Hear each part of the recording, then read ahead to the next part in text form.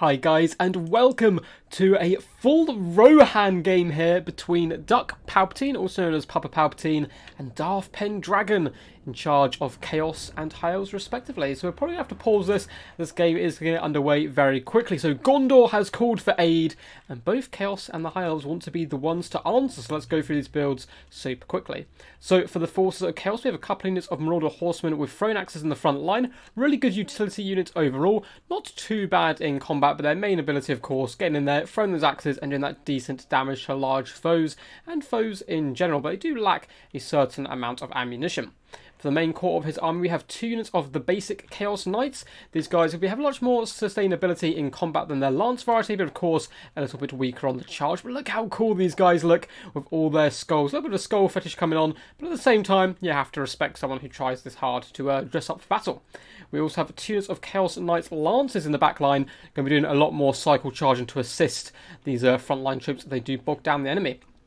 Now we have a unit here we do not get to see very much at all. The Swords of Chaos, ranging around Chaos Knights. But that I have seen a little bit more since they did get buffed a few patches ago, and they have some pretty useful abilities themselves. So we have Apocalyptic Charge, given that plus 24 speed charge and 24 speed, which is 70 meter map wide effect range, all that good stuff. So that will really help out a cav build. But more importantly, they have Guardian, 15% physical resistance to Lord and Heroes, and of course they're going to be rolling dirty with their ultimate homie, Archaon the Everchosen.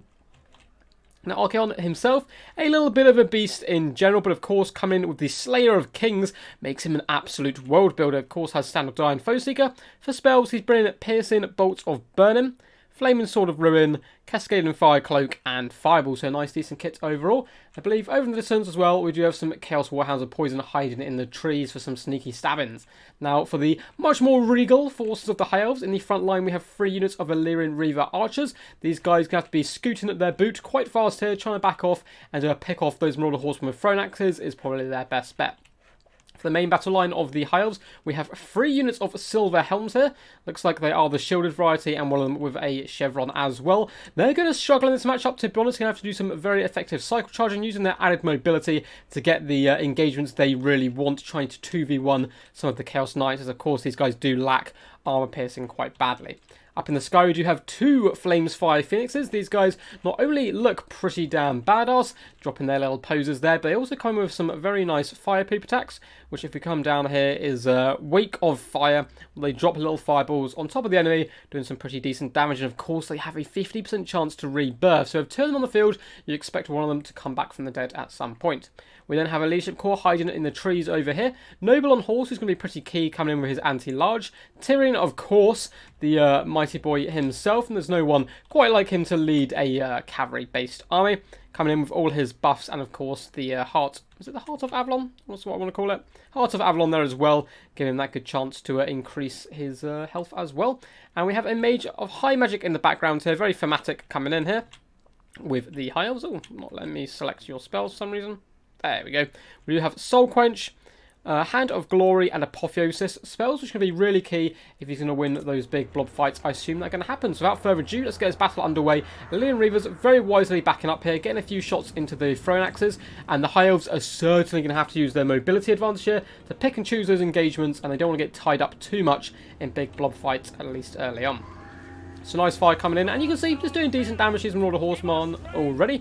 And just need to keep that up and back away. Just don't engage Archaon, don't engage the Chaos Knights. Fall back with the Silver Helms. But a very nice cast coming by Archaon, nuking these Silver Helms down. About a third of their health straight off the bat, and you can see these smouldering carcasses on the hill here of some of those brave High Elf warriors.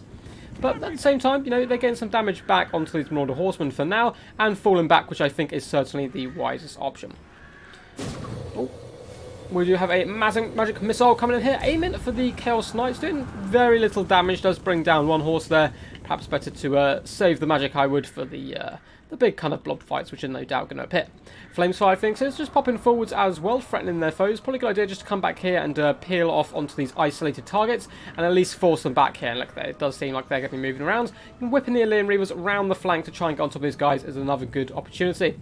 So the hounds have been spotted. Good idea will be, bring one Phoenix over, just crump these guys and get them off the field nice and early on, so they don't do any nasty recharges. But a big engagement coming down here as Tyrion launches himself in with his Noble after these Chaos Knights, but he's completely isolated here, but the Flames Fire Phoenixes do come in to assist.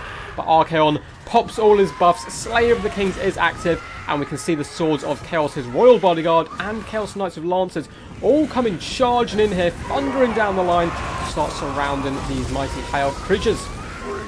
And it looks like Tyrion is already down to about half health, getting his absolute crap kicked out of him. He does have a nice fire attack coming in here as well, doing some okay damage, but to be honest, it's more designed to kill infantry, and won't do too much in this matchup. It does look like those first unit of Chaos Knights did get nuked quite badly, but Tyrion at the same time has taken a heavy beating.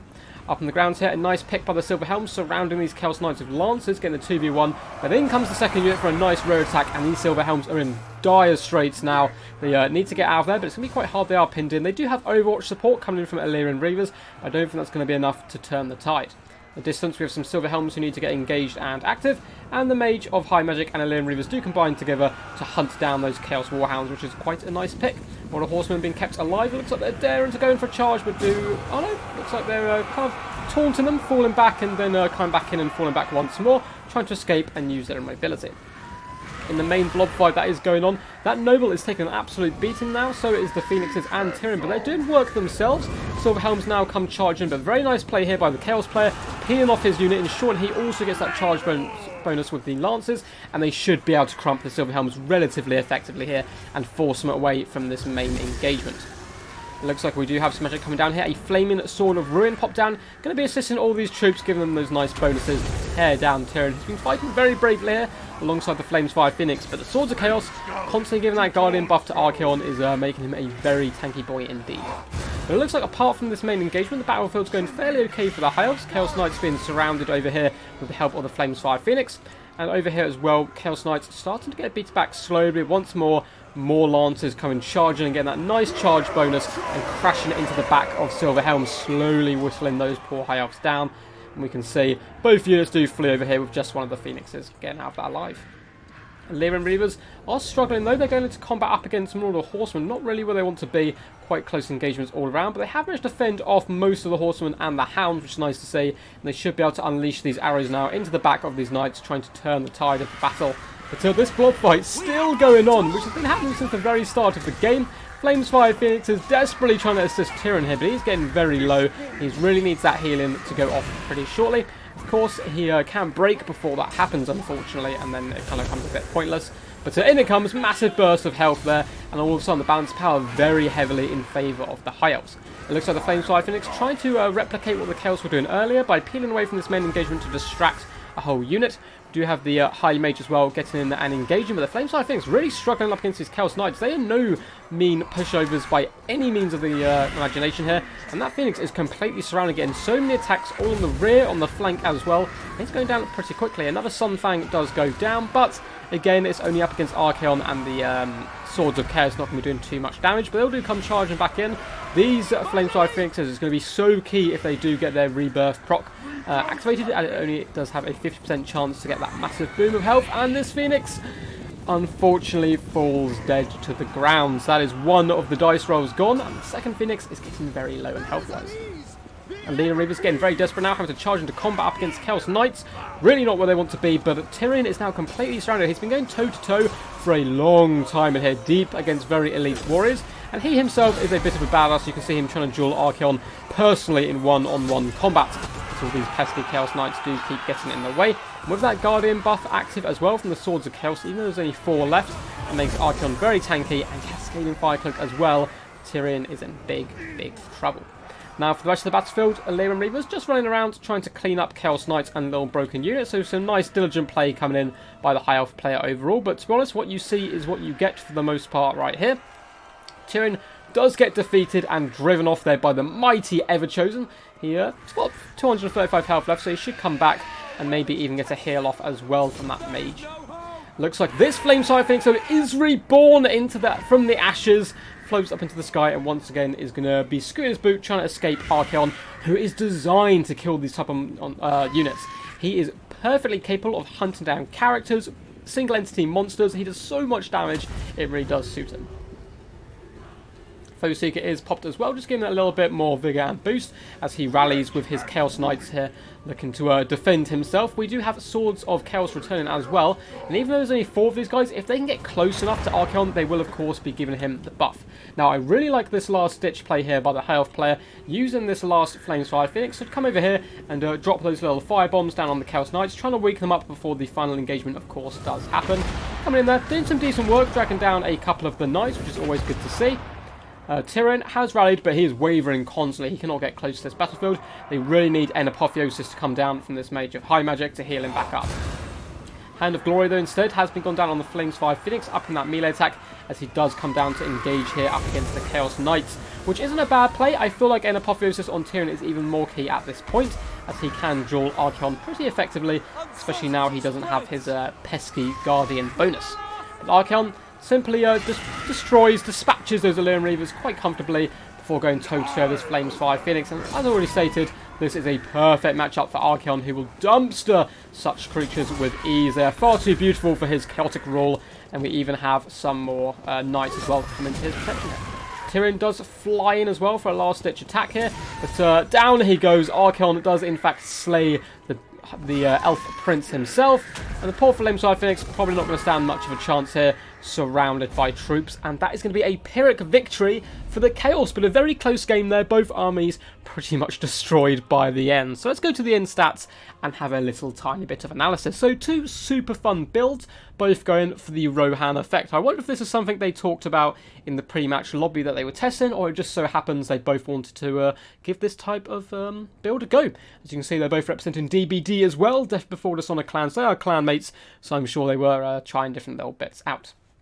Overall, I think the High Elves certainly had the tools to do with the Chaos, but they really had to focus on that kiting game, using the Illyrian Reaver Archers to take away the Mordor Horsemen and the Chaos Warhounds, you know, disrupting that really kind of fast mobility. Yes, the rest of the army is cav, but you have those elven steeds who are much faster and swifter, and then using the Flamesfire Phoenixes in conjunction with the Silver Helms to isolate troops and ping them down. And he did manage to do that to a point, but at the same time got caught in that big blob engagement which went on for most of the battle, which unfortunately did cause the end of Tyrion and a lot of his bodyguards.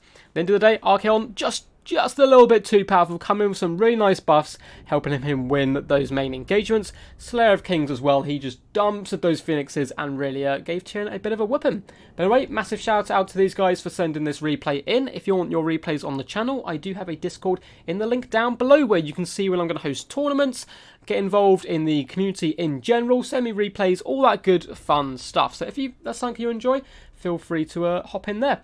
Now if you guys did enjoy this video as much as I did cast it, do consider leaving a big old thumbs up and a subscribe. Super helps out the channel, and it's just, you know, it's nice to spread the love. So anyway guys, until next time, peace, and stay awesome.